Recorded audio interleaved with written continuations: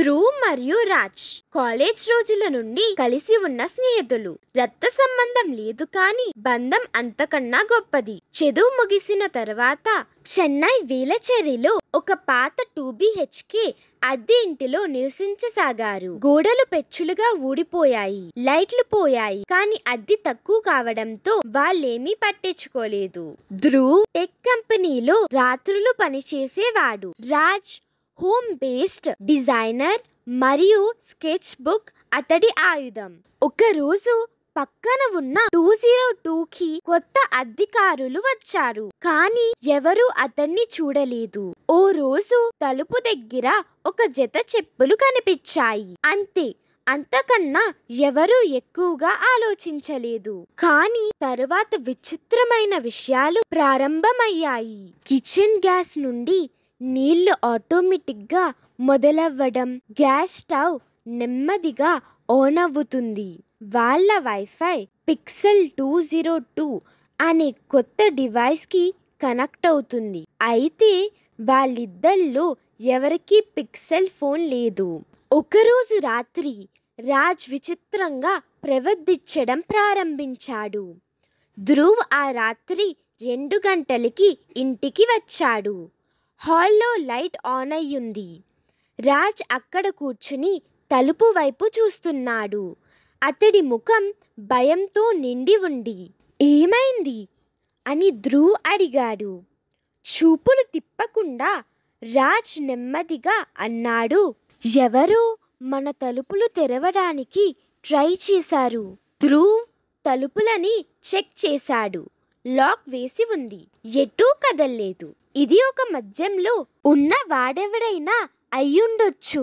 కానీ రాజ్ ఎప్పటిలాగా నవ్వలేదు. 2 రోజుల తర్వాత రాజ్ అంతా శాంతంగా ఉన్నాడు.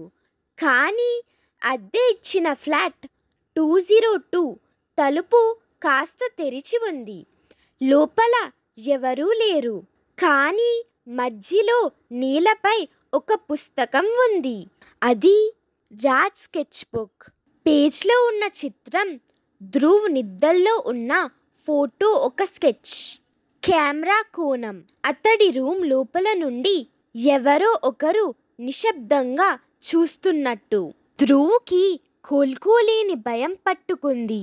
వెంటనే స్కెచ్ బుక్ తీసుకుని వాచ్మ్యాన్ని పిలిచాడు. సార్, 202లో ఎవరూ లేరు. 3 వారాల క్రితం ఖాళీ అయ్యింది. తాళం కూడా మా దగ్గరే ఉంది. అయితే తలుపు ఎవరు తెరిచారు అని అడిగాడు ధ్రువ్. వాచ్మ్యాన్, నాకు అర్థం కావడం లేదు సార్. ఆ రాత్రి నిద్రపోలేదు ధ్రువ్. తరువాత రోజు ఉదయం రాజ్ టీతో వస్తాడు. ధ్రువ్ పక్కనే నిలబడి గట్టిగా అడిగాడు, ఏమైంది నీకు? ఎక్కడికి పోయావు? రాజ్ నవ్వుతూ అన్నాడు, నీవే నన్ను అరుణ్ ఇంటికి డ్రాప్ చేసావు కదా, మర్చిపోయావా? ధ్రువ్కి ఏమీ గుర్తు రాలేదు. కానీ రాజ్ శాంతంగా తన గది లోపలికి వెళ్ళిపోయాడు. ధ్రువ్ స్కెచ్ బుక్ తన బెడ్ కింద దాచాడు. కానీ రాత్రి చూస్తే అది అక్కడ లేదు. ఆ రాత్రి ధ్రువ్ నిద్రపోతున్నట్టు నటించాడు. సుమారు 2 గంటలకు రాజ్ గది తలుపులు తెరుచుకున్నాయి. నెమ్మదిగా అడుగుల శబ్దం హాల్ లోపలికి వచ్చింది. తరువాత తన గది లోపలికి. ధ్రువ్ కళ్ళు మూసుకున్నాడు. వినిపించిన శబ్దం స్కెచ్ వేయడం, వేగంగా మరియు అసహ్యంగా. తరువాత ధ్రువ్ కళ్ళు తెరిచాడు. గది ఖాళీ. హాల్లోకి వెళ్ళాడు. అక్కడ నీలపై ఒక టోన్ పేజ్ మరియు కొత్త స్కెచ్. ధ్రువ్ టోన్ పేజ్ని పట్టుకున్నాడు. వెనకాల నిద్రలో ఉన్న ధ్రువ్ని చూస్తూ ఒక పొడవైన ఆకృతి. మరుసటి రోజు ఉదయం రాజ్ లేడు. ఫోన్ ఉంది, వాలెట్ ఉంది, కానీ మనిషి లేడు. పోలీసులకి సమాచారం ఇచ్చినా ఫలితం శూన్యం. ఫ్లాట్ 202ని మేనేజ్మెంట్ సీల్ చేసింది. ధ్రువ్ 2 వారాల తరువాత ఆ ఇంటిని వదిలివేశాడు. కానీ అప్పుడప్పుడు అతడి ఫోన్లోకి ఒక నోటిఫికేషన్ వచ్చేది. Pixel 202 connected. ఎప్పుడైనా ఏ రాత్రైనా అతడి స్కెచ్ బుక్ కనిపించదు. అలా వేలచెరిలోని ఫ్లాట్ని ధ్రువ్ వదిలివేసి 2 నెలలు అయ్యింది. అతను ఇప్పుడు కొత్త అపార్ట్మెంట్లో ఉన్నాడు. అద్యార్ ప్రశాంతమైనది, శుభ్రమైనది, ముఖ్యంగా నిశ్శబ్దంగా ఉంది. కానీ ఇప్పుడు ఆ నిశ్శబ్దం భయంగా అనిపించడం మొదలయ్యింది. అతను నిజంగా ఏం జరిగిందనేది ఎవరికీ చెప్పలేదు, పోలీసులతో కూడా. ఎవరు నమ్ముతారు? తన స్నేహితుడు భయంకరమైన స్కెచ్ వేసిన తర్వాత మాయమైపోయాడని, పక్కన ఉన్న ఖాళీ ఫ్లాట్ అనవసరంగా విషయాలు తెలుసుకున్నట్టు అనిపించిందని. అతన్ని వేధించిన విషయం స్కెచ్లు కాదు, అతన్ని ఎవరైనా చూస్తున్నారన్న అనుభూతి. ఒక రాత్రి చివరి పెట్టెను అన్ప్యాక్ చేస్తూ ఉండగా అతనికి తన స్కెచ్ కిట్లో ఒక అజ్ఞాతమైన USB డ్రైవ్ దొరికింది. అది తంది కాదు, అతను ఎప్పుడూ అలాంటివి వాడలేదు. ల్యాప్టాప్లో పెట్టాడు. అందులో ఒక ఫైల్, వాచ్ క్లోజ్లీ. అందులో చిన్న ఆడియో ఫైల్, పేరు లేదు. మొదటి దాన్ని ప్లే చేశాడు. శబ్దం క్షీణంగా ఉంది, కానీ విన్నాడు. తన పేరు మెల్లిగా మళ్ళీ మళ్ళీ. ధ్రువ్, ధ్రువ్, వెనకాలకి చూడు. ఇంకో క్లిప్. తన వాయిస్ వినిపించింది, ఎవరితోనో మాట్లాడుతున్నట్టు. కానీ అలాంటి సంభాషణ ఏమీ గుర్తులేదు. అది తనే మాట్లాడుతున్నట్టు వినిపించింది, కానీ ఎవరితో? అంతిమ ఫైల్. రాజ్ ఒక్క వాయిస్. అతడు మర్చిపోతున్నాడు.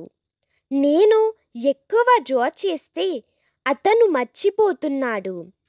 ఆ స్కెచ్లు ఏవో తీసుకుంటున్నాయి. అది నేను కావచ్చు, లేదా అతడు. కానీ ఏదో కరెక్ట్గా లేదు. ఇది వింటున్నావంటే నా ముఖం ఉన్న దేనిని నమ్మొద్దు. ఆడియో ముగిసింది. మెల్లగా పెన్సిల్ గీసే శబ్దం వినిపించింది. ఆ రాత్రి ధ్రువ్ నిద్రపోలేదు.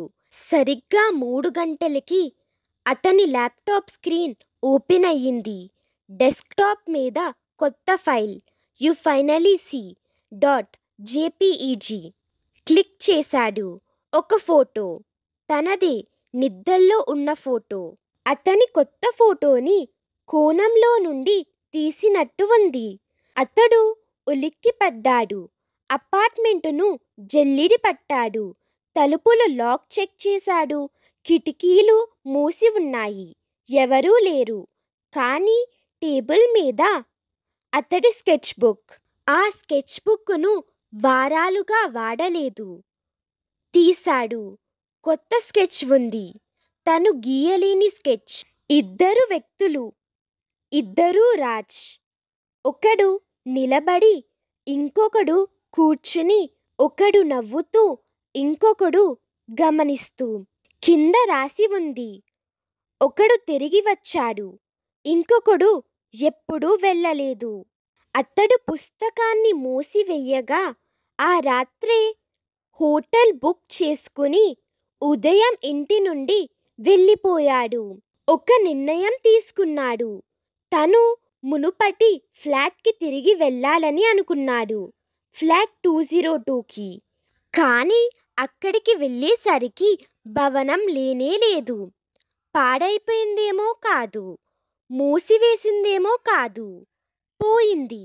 అక్కడ కేవలం ఓ మైదానం, మళ్ళీ మొలకెత్తిన మొక్కలు కప్పబడి ఉన్నాయి. తెరిసి ఉన్న టీ షాప్ వాడిని అడిగాడు, సార్, ఆ ఫ్లాట్ ఎప్పుడు ఖాళీ అయ్యింది అన్నాడు. ఇక్కడ ఫైర్ అయ్యి అప్పుడే మూసేశారు. 10 ఏళ్ళు అయ్యుంటుంది.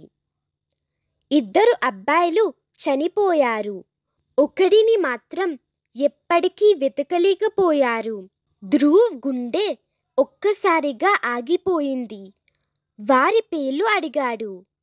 వృద్ధుడు అన్నాడు. ఒకడు రాజ్, మరొకడు ధ్రువ్. ధ్రువ్ అసలు ఊపిరి ఆగిపోయినట్టయింది. లేదండి అని నవ్వుతూ నేనే ధ్రువ్. వృద్ధుడు కన్ను కొడుతూ అలాగా, నువ్వు ఏమైనా వెనక వదిలేసి వచ్చావేమో. ధ్రువ్ మౌనంగా అక్కడి నుండి నడుచుకుంటూ వెళ్ళిపోయాడు. అతడి జేబులో ఫోన్ మోగింది.